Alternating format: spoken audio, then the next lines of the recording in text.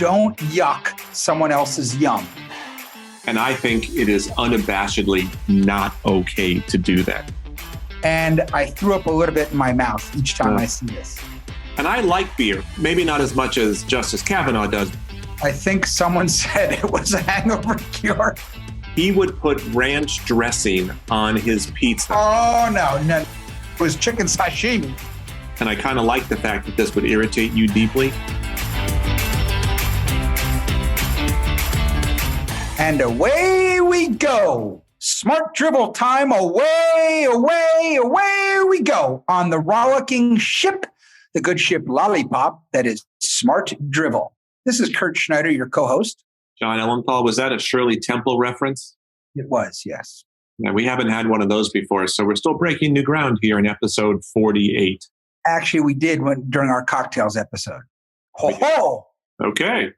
So, Kurt, thank you for that introduction. Today, we are going to talk about one of our favorite topics, which is food. I assume that's many people's favorite topic, but we're going to talk about some of the dark side of food. We're going to talk about really good foods that people have a propensity to ruin, either by adding something to it or doing something to it.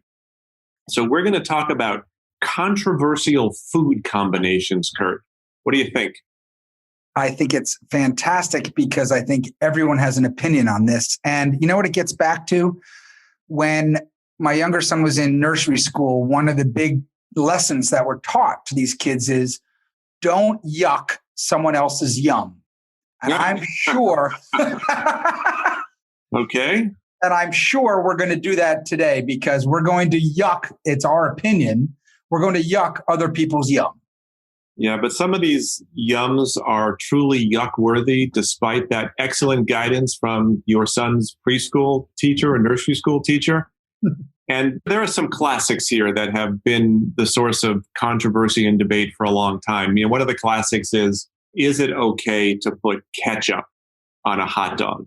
And I think it is unabashedly not okay to do that. Mustard is for hot dogs. I think you may not put ketchup on a hot dog. I agree. And if you ever even try in the wonderful Windy City to try to do that, you will be ostracized. Probably you will be eviscerated and you will never be allowed back in. And I think understandably so, because if you look at the classic Chicago-style hot dog, and for that matter, the classic New York-style hot dog. Dirty dog, yes. Well, the dirty water dog, not its most popular characterization, but not unfair either. In any event, neither of the default toppings includes ketchup quite intentionally. So if you look at the Chicago-style hot dog, it comes with yellow mustard, green relish, chopped onion, yum. Don't be yucking my yum. A dill pickle spear, sport peppers. I don't even know what sport peppers are. Tomato and celery salt. Ketchup, no effing way. In fact, a few years back, Heinz, the maker of the quintessential ketchup, if we can harken back to a recent episode. We didn't even talk about that in it, but here it is. We did not, but... Because it's not catsup, it's ketchup. That's a whole different kettle of fish. Anyway, Heinz tried to position ketchup as the Chicago dog sauce to Windy City folks. No bueno. They didn't take it. And of course, the New York hot dog, the default topping is mustard and sauerkraut. You'll notice the absence of ketchup in that. So I am firmly in the it's not okay to put a ketchup on a hot dog. You know what was a mistake? You know the retailer Barney's? Yes, I do. So Barney's made a classic mistake. They went to Chicago and they called the store Barney's New York. Ooh.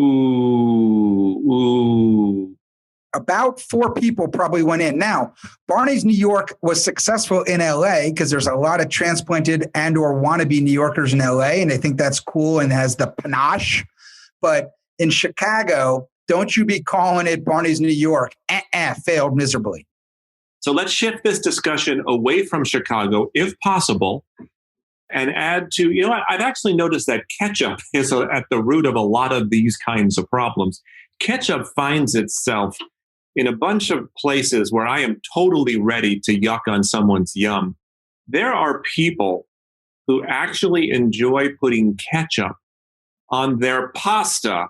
And while I understand both of those sauces are tomato-based, come on, man. I had a roommate in college who put ketchup on everything, every single thing. We'd go to the dining hall, you get eggs, ketchup on it, grilled cheese sandwich, ketchup on it, every single thing.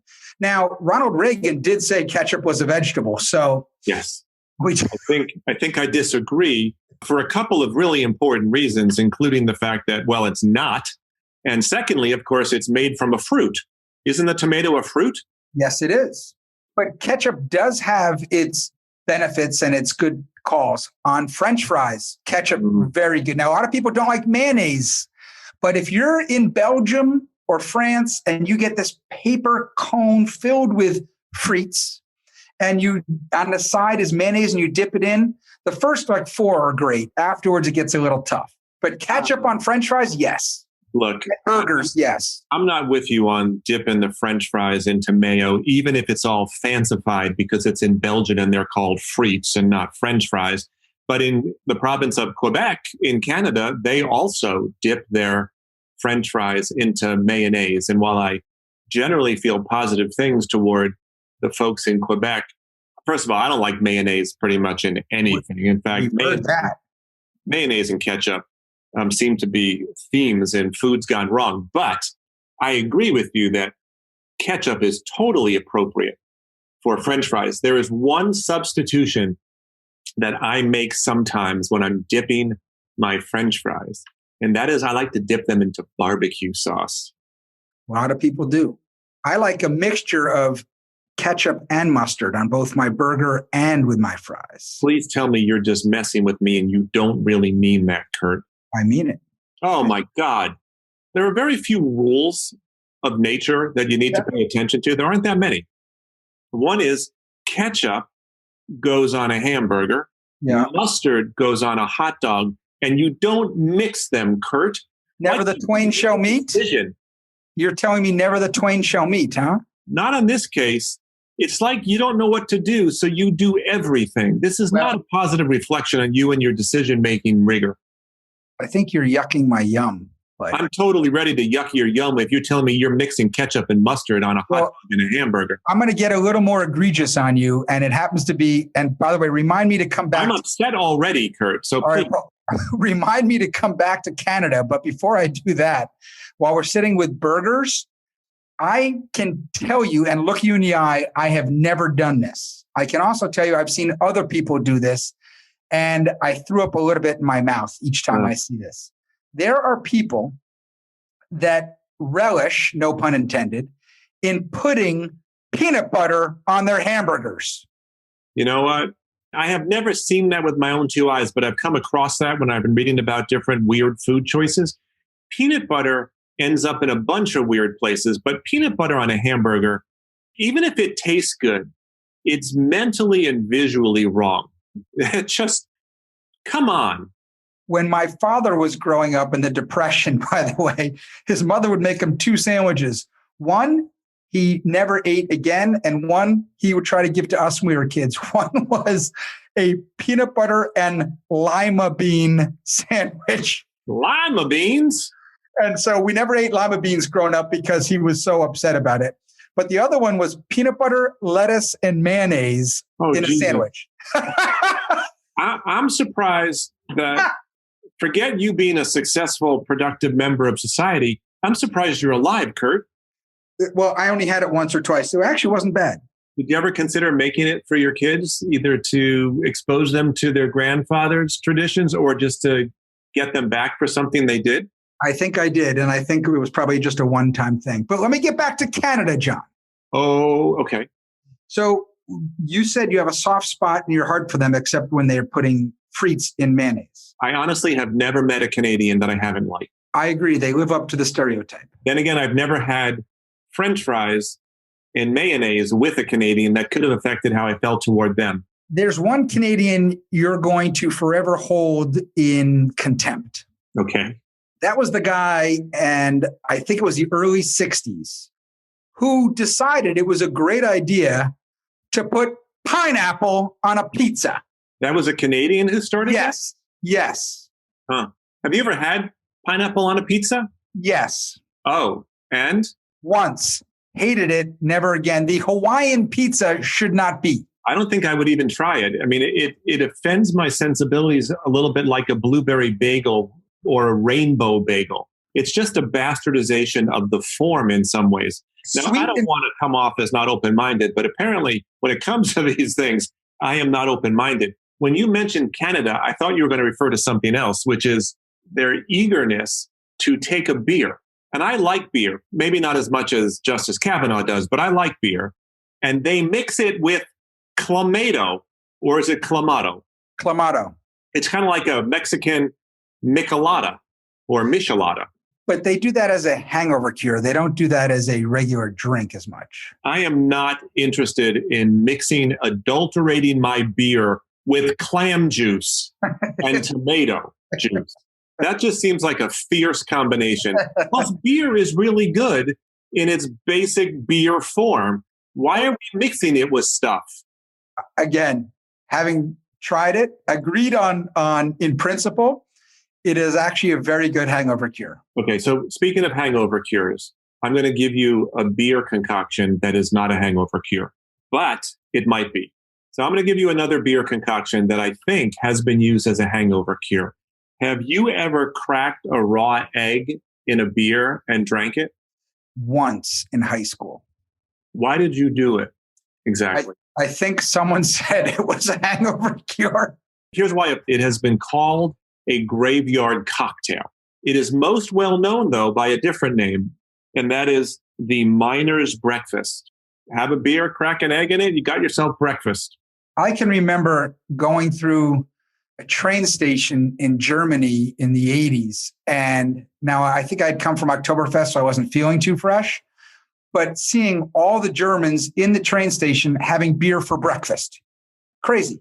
At least I think. Though I guess it's carbohydrates, who knows? Obviously occupies a somewhat different role in their society, although we're big beer drinkers here in America. Before we leave pizza, I am with you on the pineapple on the pizza. Because sweet and savory can go together sometimes, but not on a pizza.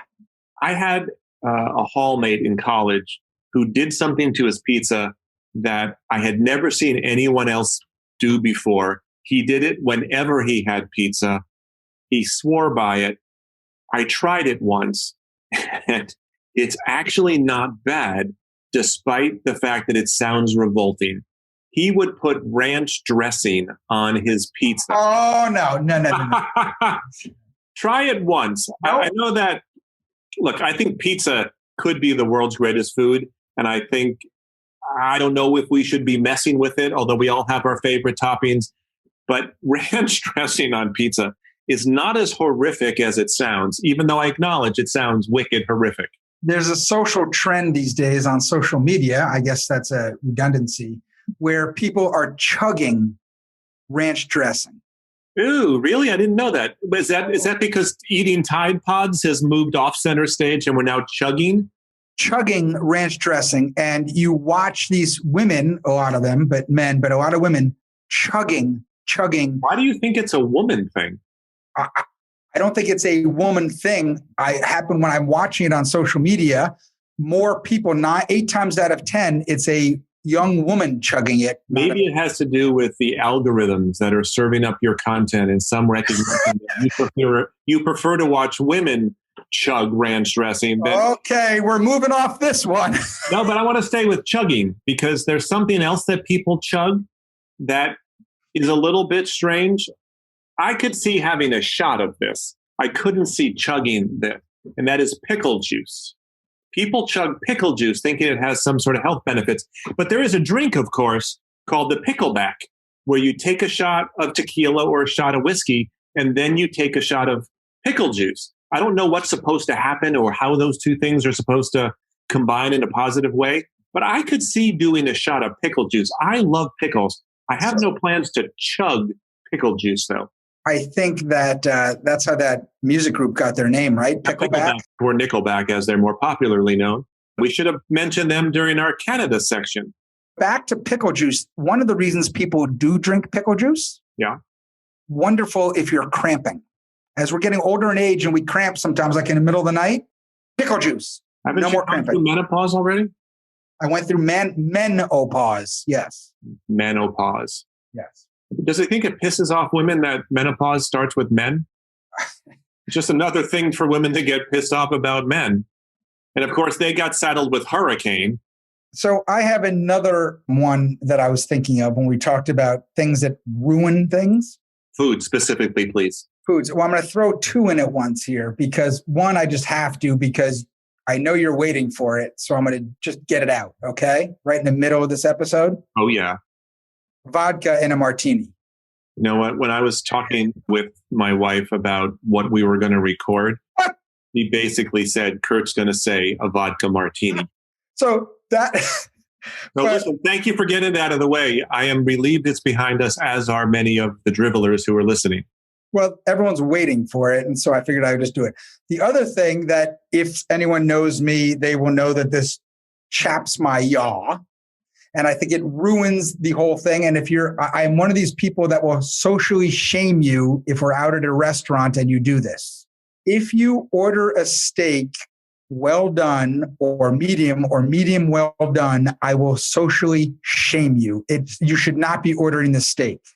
One great way to offend a chef is to order your meat overcooked. Another, getting back to the ketchup problem, is if you drench your steak in ketchup, the chef is very likely to feel as if you are suggesting that it's a poor cut of meat or it was poorly cooked. And both of those are offensive to a chef. Now, we didn't know each other when I was still a meat eater, but I will tell you, and I kind of like the fact that this would irritate you deeply, that I would order things medium well. Oh, and I would typically, if I were... Shame on you. Yes. And I would, at a nice restaurant in particular, I would order it medium well. And I would even add to my order that I'm perfectly willing to apologize to the chef personally if that's necessary.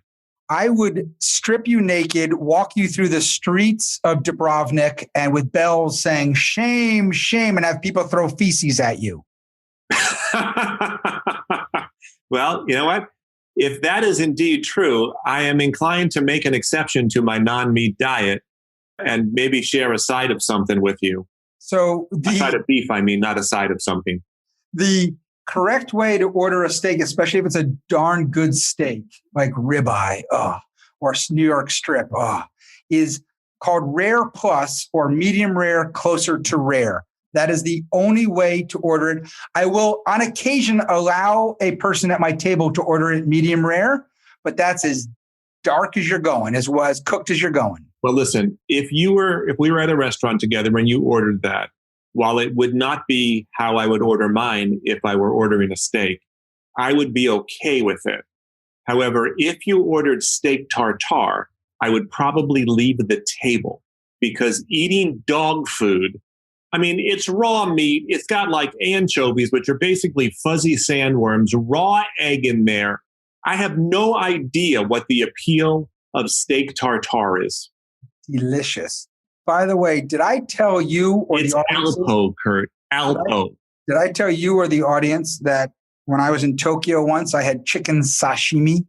It was a plate full of raw chicken sashimi. We sit there and during business, everything's all about respect in Asia. And we went to a yakitori place, which was, they serve every part of the chicken. I mean, every part. Oh, I know. I hear you.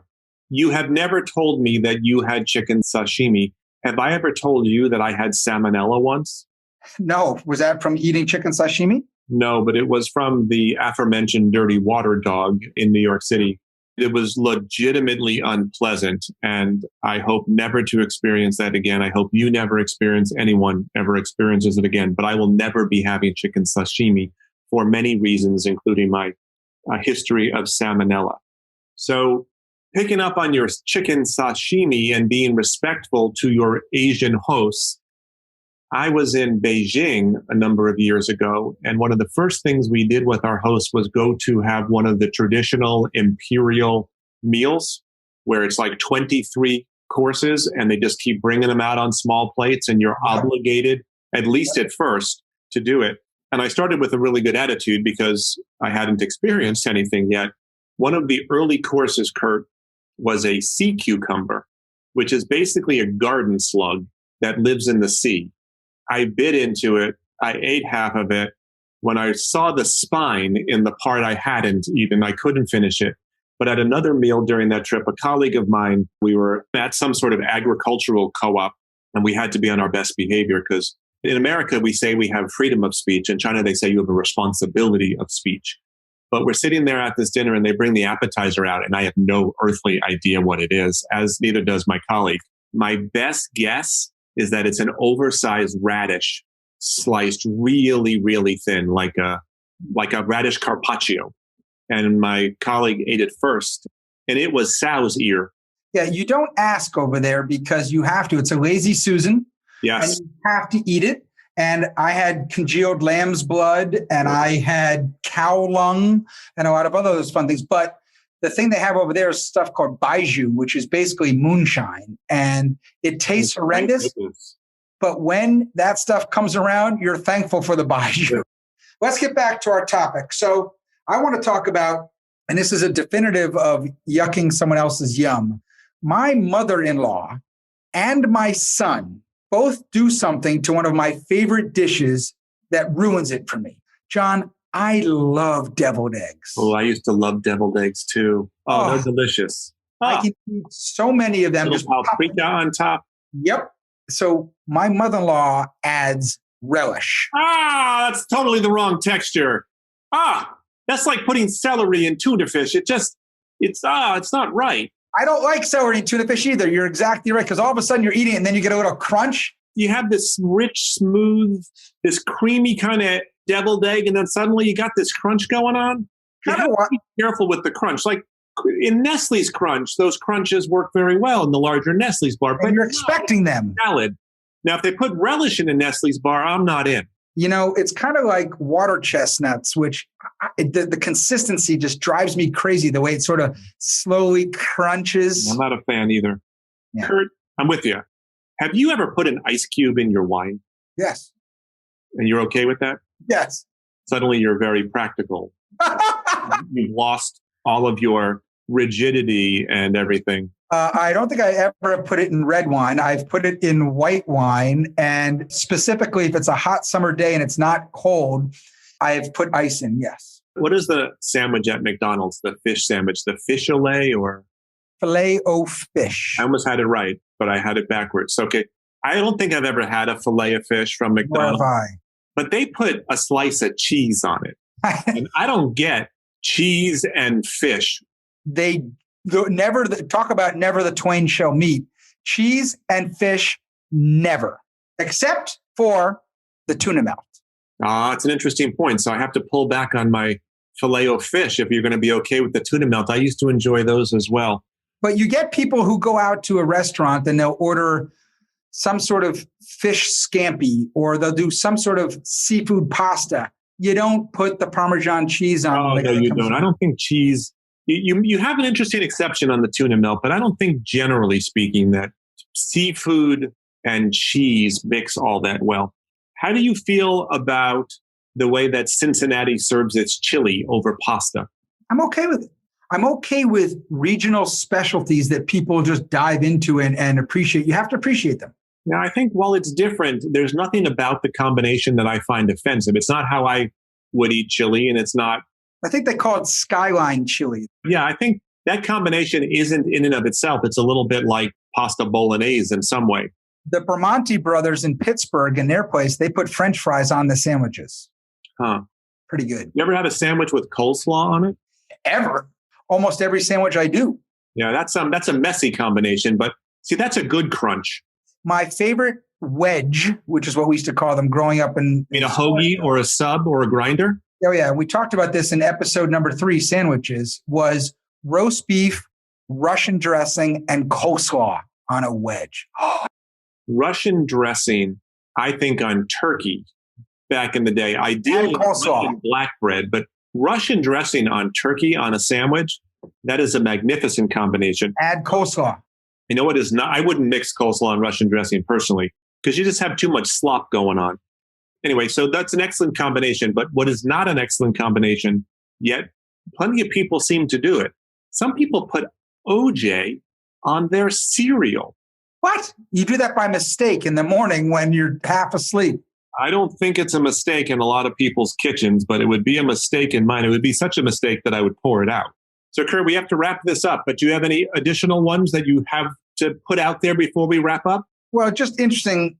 When I lived in London, you know how the British love their crisps. Yes. Well, we used to have, and I love my potato chips. We used to have back then, 3 flavors. The Brits have a gazillion flavors like scampi flavored, prawn flavored chips. Ooh. Yeah, no, they also have baked scallop crisps, roast chicken crisps. There's just some stuff that should not happen. Look, I've eaten some chips with some strange flavorings, but never fish-related flavorings. I don't think that would be my thing. So, Kurt, do you know that there are actually people out there that eat Skittles and mayonnaise together? Oh, disgusting. You think that's disgusting? What's even worse is what they call it. It's what? referred to as a unicorn orgasm. I wasn't going to eat it before that. I'm certainly not going to eat it now. Oh, God. Thank goodness for Reddit, where I can learn things like this. All right. I'd like to posit a final question for you. I don't even need an answer. I just want you to think about this. Is a Pop-Tart a ravioli? Think about it. Okay, I'm going to think about that. Oh, please do. I was going to have ravioli for dinner tonight. I'm not sure I'm going to because I'll have the flavor of Pop-Tart. Though a strawberry Pop-Tart is very good. No, the best Pop-Tart flavor is blueberry unfrosted. Raspberry frosted. So as we're wrapping up, I would just like to ask you, our dribblers, to do us a favor. Tell your friends, tell your enemies, tell your sister, tell your brother, tell your teacher, tell your coworker, hey, listen to Smart Dribble. Would you please? Gracias. Please share the Smart Dribble love. And the bigger that Smart Dribble Nation is, the more Smart Dribble we can share far and wide. You can also leave your comments at smartdribble.com, Smart Dribble on Twitter, Smart Dribble on Instagram. As usual, we would love to hear from you. Kurt and I will be back next week. Yes. Brand new episode of Smart Dribble. Until then, we hope your week is filled with Smart Dribble. Goodbye, everybody. Goodbye, everyone.